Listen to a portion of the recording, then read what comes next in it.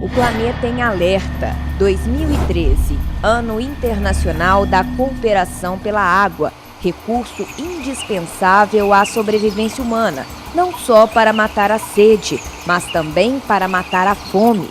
A agricultura é a principal atividade quando o assunto é consumo de água.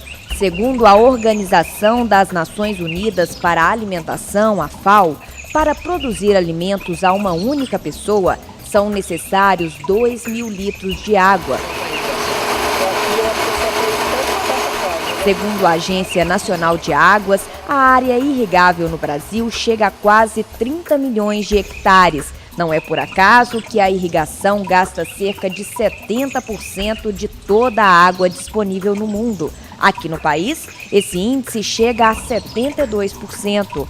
Das culturas que mais consomem água, a gente pode considerar o arroz irrigado, o arroz inundado, culturas do tipo coco, banana, e outras culturas vão demandar muito do tipo de solo e do tipo de clima a qual ele está inserido. Então esse conjunto de fatores determina o maior ou menor consumo de água. O maior problema é o desperdício. De acordo com a FAO, 60% da água usada em projetos de irrigação é perdida por fenômenos como a evaporação. E para se ter uma ideia do tamanho da perda, uma redução de 10% no desperdício poderia abastecer o dobro da população mundial. Bom, em geral, as técnicas de irrigação elas estão bem avançadas, mas falta manejo dessa tecnologia. Então hoje, principalmente em regiões irrigadas, nós temos em torno aí de 50% de desperdício, um valor considerado muito alto, principalmente nas regiões de maior déficit hídrico. E na busca por boas práticas no uso dos recursos hídricos, tecnologia, no cultivo do pimentão, nesta propriedade em Igarapé, na região metropolitana de Belo Horizonte, a técnica usada é o gotejamento. A água, gota a gota, irriga apenas o local desejado, deixando o resto do terreno seco, com um alto nível de eficiência. A vazão não passa de 2 litros por hora. Você não precisa capinar, porque não tem planta daninha, né? Diminui mão de obra e ela vai gota a gota mesmo. Então, um gotejador desse, normalmente, numa pressão de 1 bar, ele vai girar em torno de 1,6 a 1,7 litros por gotejo. A cada espaçamento, né, tem gotejos de 10 centímetros, de 15 em 15, de 20 em 20, de 30 em 30. Você vai ter por metro, né, no máximo aí 17 litros d'água por metro linear, né? Então você realmente consegue ter uma economia bastante grande, né, de água, né, sem perder a eficiência da cultura. Aqui na plantação de maracujá, a irrigação é feita por microaspersão, uma das mais eficientes quando o assunto é economia de água. Mas mesmo assim, de acordo com especialistas, o desperdício ainda é grande. Metade da água é perdida.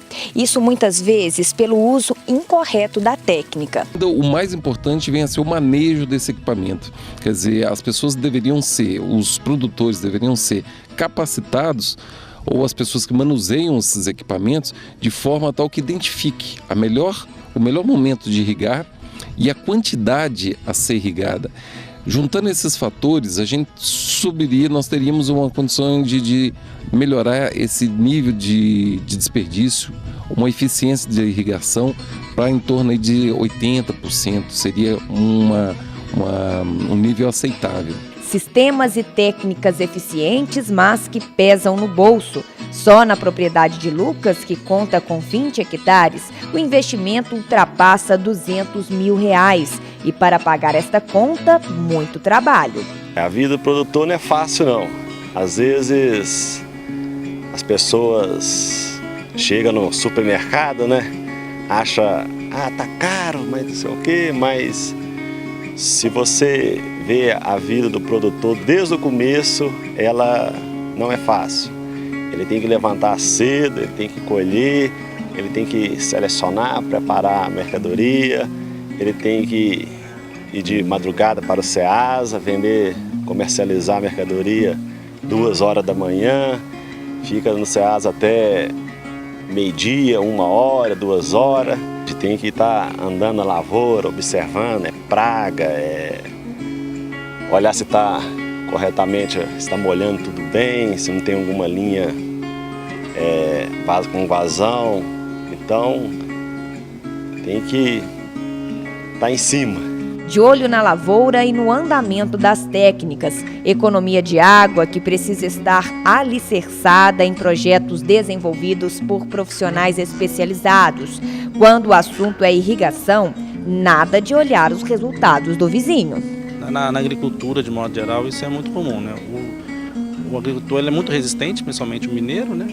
E ele gosta mais do vizinho, né? Se o vizinho deu certo, ele vai lá e copia o do vizinho, né? Se ele não deu certo, ele muitas vezes não arrisca, né? Então a gente sempre tem que procurar, né? Porque cada variávelzinho, se o solo dele for diferente, a irrigação é diferente, o tempo de rega é diferente, a condução é diferente. Então às vezes um detalhezinho faz uma diferença bastante grande.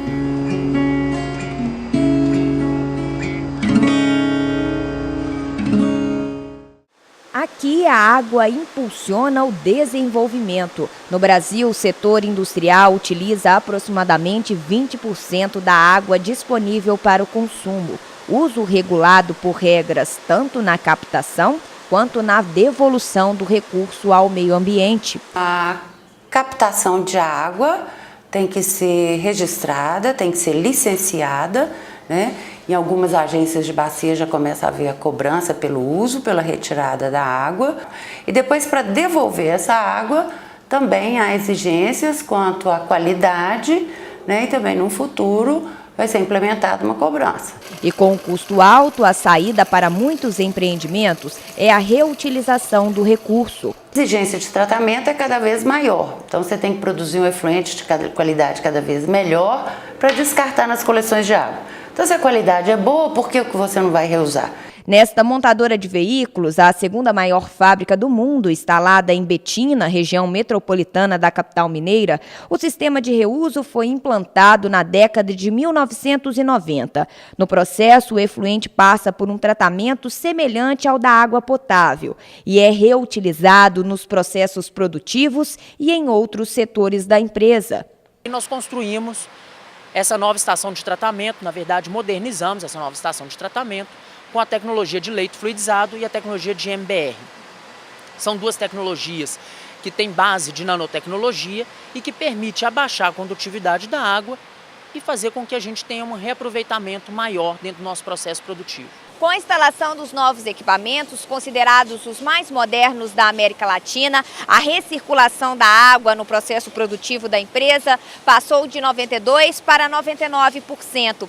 A economia significa o consumo de uma cidade de 30 mil habitantes. A gente consegue hoje deixar um legado para os nossos colaboradores.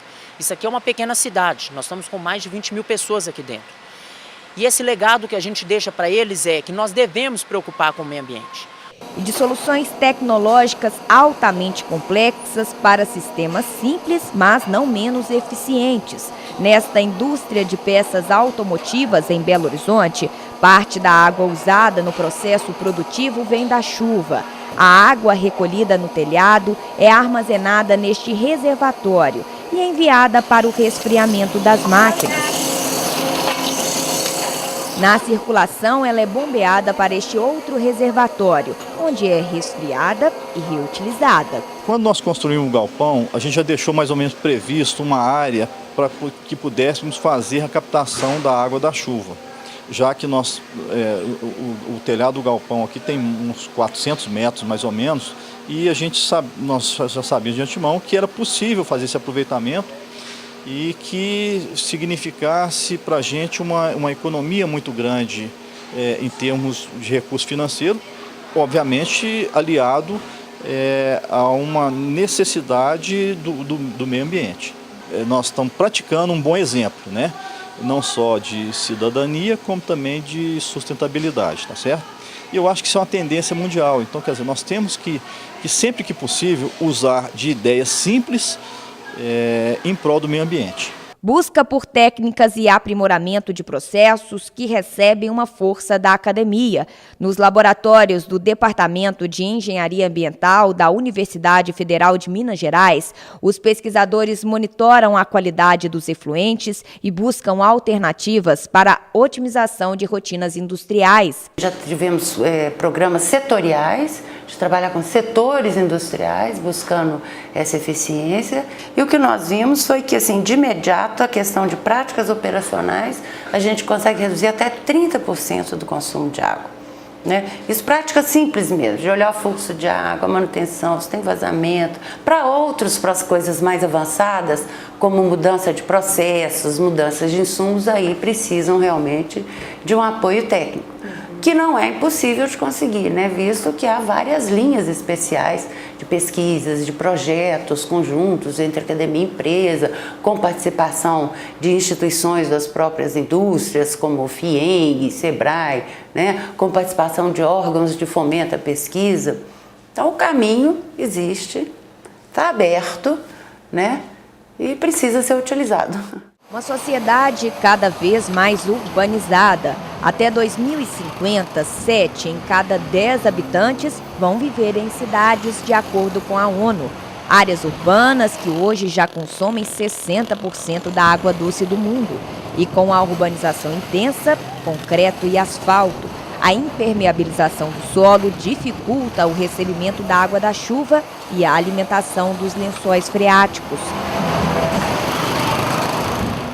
E na contramão da sociedade do concreto, as construções sustentáveis. Nesta, em Nova Lima, na região metropolitana de Belo Horizonte, inovação.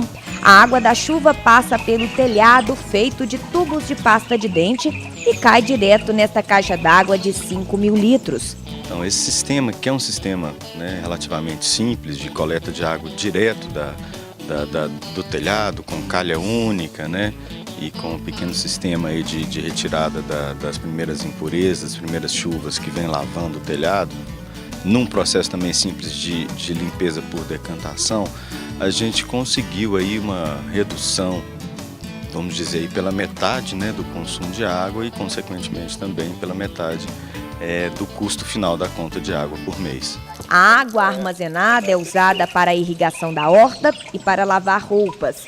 Na propriedade é usado o mínimo de cimento. As bordas da plantação são protegidas por garrafas PETs, num esforço pela sustentabilidade, cultura que é disseminada entre os moradores da região. Devagarzinho a gente vai se tornando, né, parceiro junto com as outras pessoas num volume mais significativo de pessoas que cuidam do planeta, ou que pelo menos trazem para si a responsabilidade de cuidar, né? Então, dentro da minha casa eu faço na proporção da minha família, da minha casa, mas aí logo o bairro também vai ter um volume mais significativo de ações que podem ajudar a compor esse todo, né? Esse movimento mundial pela preservação das águas e do ecossistema. Soluções sustentáveis que, de acordo com este professor, fazem parte da missão dos arquitetos. Orientar corretamente o edifício, cuidar da sua implantação, resolver a sua relação com o meio ambiente circundante, né? Definir uma qualificação ambiental dos espaços em relação à ventilação, à iluminação, racionalizar os sistemas para o consumo de água. Essas questões sempre estiveram na pauta dos arquitetos, né? E que essa palavra nova, esse conceito novo da sustentabilidade, na verdade, vem costurar uma série de conceitos ao redor de práticas que são muito voltadas para essa convivência um pouco mais harmônica com o ambiente. Até 2030, de acordo com a ONU, a população deve dar um salto de 7 para 9 bilhões de pessoas. E se os padrões de consumo não mudarem, até lá cerca de 2/3 da população vai sofrer com a falta d'água. E se você não conta com uma construção sustentável, como do Flávio e da Camila, isso não é desculpa para não economizar. Alguns hábitos simples, como aqui no banheiro, ao lavar as mãos, fechar a torneira para ensaboá-las, diminui e muito o consumo dentro de casa. Outro interessante é que nós temos no banheiro a válvula de descarga. É interessante saber que deve ser feito um teste na válvula de descarga. Pega-se a cinza de cigarro. Se essa cinza de cigarro jogada na bacia utilizada pelo homem, ela for para o fundo da bacia, é sinal que a válvula da descarga não está deixando passar um pouco de água. Se essa cinza ficar revirando, remexendo no fundo da bacia, é porque nós temos um vazamento na válvula. Então isso é uma outra dica muito importante. As descargas de banho levam mais de 40% do consumo. Contra o desperdício, conscientização. Neste projeto da Companhia de Saneamento de Minas Gerais, a Copasa, as crianças são os multiplicadores. Na visita, elas veem de perto como é feito o tratamento da água e recebem orientações sobre o consumo consciente. Você vai ver que um pouco mais de 1 hora você perdeu muito de água que poderia ser usado dentro da sua casa. Como bons aprendizes, os próprios estudantes apontam quais hábitos precisam corrigir.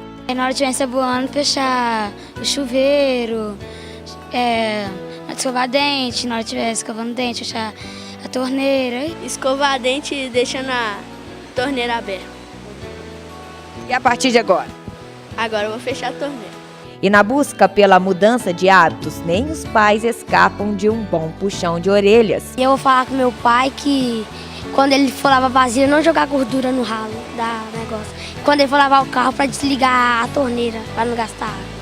Na hora que ela lava a vasilha, aí ela fica esfregando assim, a torneira fica aberta. Aí eu vou lembrar ela que a gente deve fechar a torneira. Na hora de tomar banho, ela deixa o chuveiro aberto e fica lá umas meia hora, 1 hora. E eu vou lembrar ela que tem que economizar. Temos que preservar a água, que é esse bem natural tão valioso para a nossa existência.